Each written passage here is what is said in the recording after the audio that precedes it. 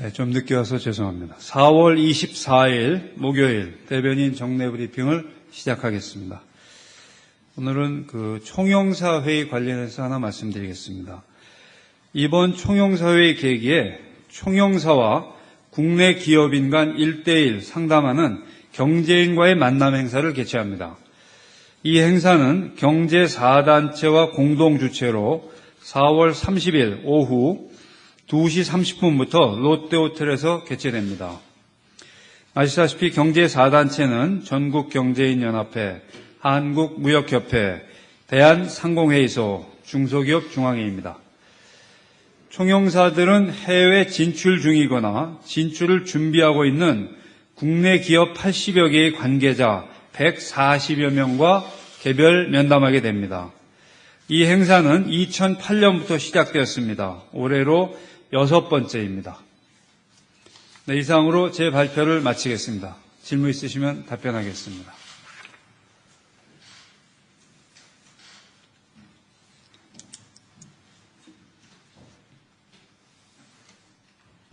네. 통일뉴스 김치강 기자입니다. 시진핑 중국 국가주석이 방한해서 상반기 내에 정상회담을 가질 수 있다는 그런 보도들이 나오고 있습니다. 여기에 대해서 실제 어떻게 진행되고 있는지 좀 알려주시기 바랍니다. 네. 잘 아시다시피 우리 정부는 시진핑 중국 국가주석의 방한을 초청했습니다. 그리고 시진핑 국가주석도 금년 중 방한을 희망하는 것으로 알고 있습니다. 그래서 현재 양국 정부 간에 구체 사항에 대한 협의가 이루어지고 있습니다. 그러나 오늘 현재 어느 정도 시기에 방한을 하게 될 것이다라고 말씀드릴 수 있는 단계는 아닙니다.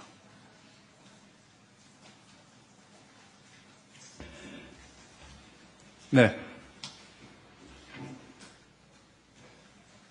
네, 말씀하시죠. 네. 네, 뉴스원 조용빈 기자입니다. 아베 신조 일본 총리가 세월호 참사 관련해서 분향소 오차에서 추모했다는 보도 있었는데요. 이거에 대한 정부 입장, 외교부 입장 말씀 좀 부탁드립니다.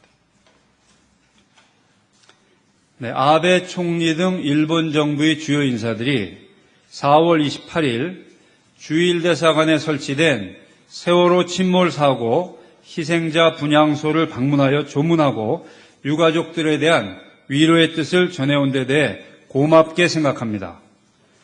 아베 총리를 비롯한 일본 주요 인사들의 조문은 큰 어려움을 당한 희생자 및 유가족들과 슬픔을 함께 나누고자 하는 일본 국민의 마음을 전한 것으로 평가합니다.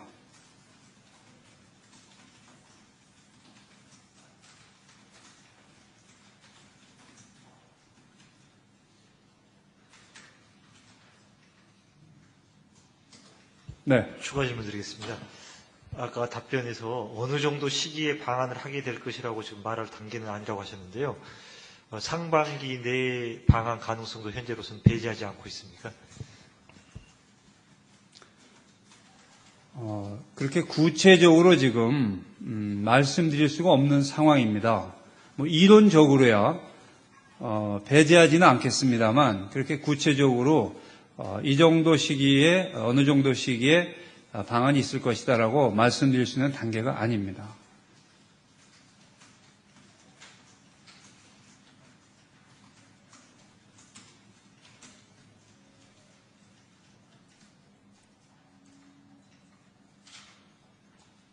네. JTBC 윤서령입니다. 북한의 핵실험 준비 상황에 대해서 외교부는 어떻게 파악을 하고 계십니까? 현재 상황에서. 네, 관계 부서가 이미 언론에 설명을 드린 것으로 알고 있습니다만 북한은 언제라도 핵실험을 실시할 수 있는 상태인 것으로 보고 있습니다. 그러나 핵실험을 하기로 하였다라는 그런 확정된 사항은 아직 입수된 것이 없는 것으로 보고 있습니다. 따라서 그야말로 예의주시하고 있습니다.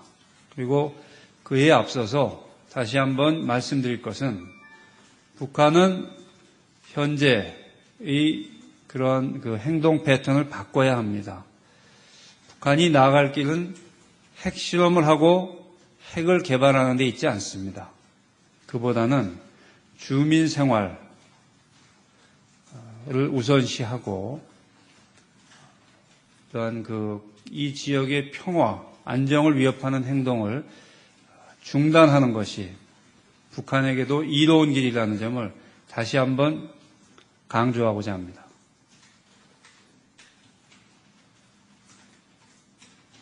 네. 대변인께서 말씀하신 것은 그러면 북한이 핵실험에 임박했다라는 징후는 포착한 것은 아니다라고 해석해도 되겠습니까?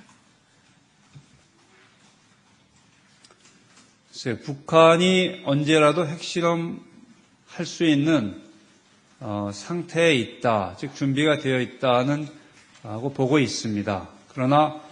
그러면 바로 핵실험을 한다는 징후가 보이느냐에 대해서는 판단을 유보하고자 합니다.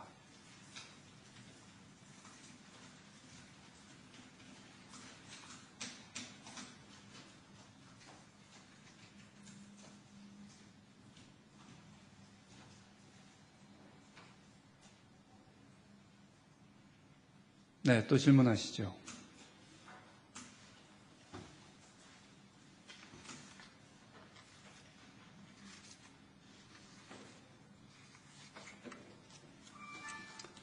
더 질문이 없으십니까? 네, 그럼 마치겠습니다. 수고하셨습니다.